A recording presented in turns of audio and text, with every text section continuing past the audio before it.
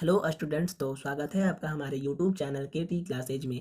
तो आज हम लोग समास के पार्ट थर्ड का वीडियो लेकर के आए हैं। आज हम लोग इस वीडियो में कर्मधारय, बहुब्रीहि और अव्ययी भाव समास के बारे में जानेंगे। जैसे इसके पिछले वीडियो में हम लोगों ने इनके और प्रकार के बारे में जान लिया था, एक अच्छे ट्रिक के साथ और एक बहुत ही इजी ट्रिक के साथ। तो आज हम लोग इन तीनों को भी बहुत ही इजी ट्रिक के साथ जान लेंगे। तो चलिए वीडियो को स्टार्ट करते हैं। आप लोग वीडियो को अंत तक जरूर देखिएगा। अगर आप हमारे चैनल पर नए होंगे तो हमारे चैनल को सब्सक्राइब जरूर कीजिएगा, ताकि हम मोटिवेट हो सकें और आपके लिए वीडियो लगातार बनाते रहें। तो चलिए वीडियो को स्टार्ट करते हैं। तो चलिए देखिए, चौथा नंबर हम लोगों को आज कर्मधारय समास के बारे में जानना है कि कर्मधारय समास किसे कहते हैं। तो सिंपल है, संज्ञा विशेषण, संज्ञा विशेषण, संज्ञा भी और विशेषण भी, कर्मधारय के लक्षण, संज्ञा विशेषण कर्मधारय के लक्षण, यानी वह समास जिसमें विशेषण तथा विशेष्य का मेल हो, विशेषण तथा विशेष्य का मेल हो, उसे कर्मधारय समास कहते हैं। तो हमने इसको सिंपल मैंने ये बता दिया कि संज्ञा और विशेषण कर्मधारय के लक्षण होते हैं। जैसे इसके एग्जांपल्स को देखिएगा कि नील कमल, तो नील क्या है, यहाँ पे विशेषण है और कमल संज्ञा है। चंद्रमुखी, चंद्र यानी चांद, पीतांबर, पिता अंबर, पिता अंबर, परमेश्वर, परम जोड़ ईश्वर, परमात्मा नीलांबर। तो इस प्रकार से रहेंगे कि संज्ञा और विशेषण होंगे तो उन्हें हम लोग कर्मधारय कहते हैं, उन्हें हम लोग कर्मधारय समास कहते हैं। तो याद रहे कि अगर शब्द में संज्ञा और विशेषण हो तो आप सीधे याद रखिएगा कि उसे हम लोग कर्मधारय कहते हैं।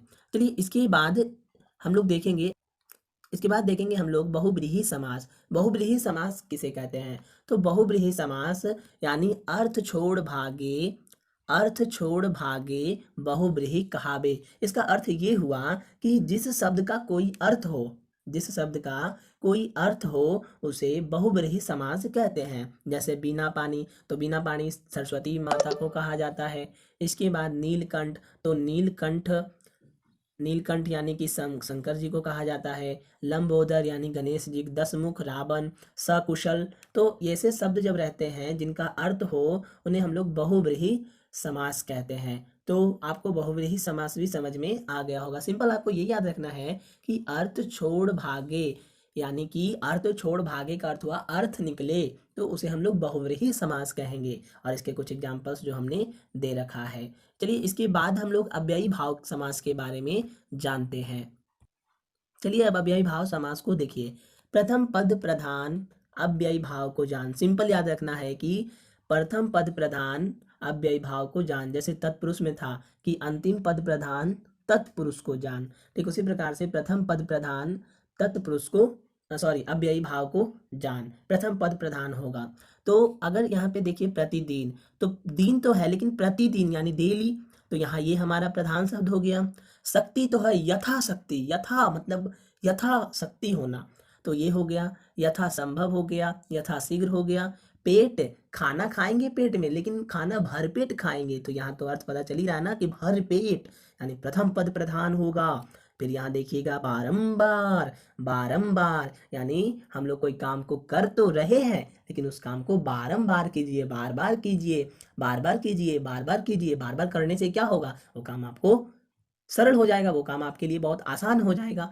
तो सिंपल हम लोग ये समझ लेते हैं इसमें कि अगर प्रथम पद प्रधान होगा तो हम लोग उसे अव्ययी भाव समास कहेंगे। या फिर एक बात और जान लीजिए कि अव्ययी भाव समास पहचानने का एक ये तरीका हुआ, और इसके अगर नहीं ये याद ना रहे तो सिंपल जानिएगा कि जिस शब्द के स्टार्टिंग में यथा लगा रहे, जैसे यहाँ पे यथा लगा हुआ है, प्रति लगा रहे, यथा लगा रहे, प्रति लगा रहे, और भी बहुत सारे ऐसे शब्द लगे रहते हैं, तो आप उनसे भी पहचान सकते हैं कि वो अव्ययी भाव समास होता है। तो हम लोग आज तीन टॉपिक यानी कि अव्ययी भाव समास, बहुब्रीहि समास और कर्मधारय समास के बारे में जान लिया। इसके पहले वाले वीडियो में हम लोगों ने इसके और भी प्रकार के बारे में जान लिया था। तो आज के लिए इस वीडियो में बस इतना ही। अब तो समास खत्म हो गया, आप लोग ट्राई कीजिएगा, आप अपने घर पे क्वेश्चंस को बनाइएगा, वो आपसे अब बन जाएगा। तो आज के लिए इस वीडियो में इतना ही, मिलते हैं नेक्स्ट वीडियो में, तब तक के लिए धन्यवाद।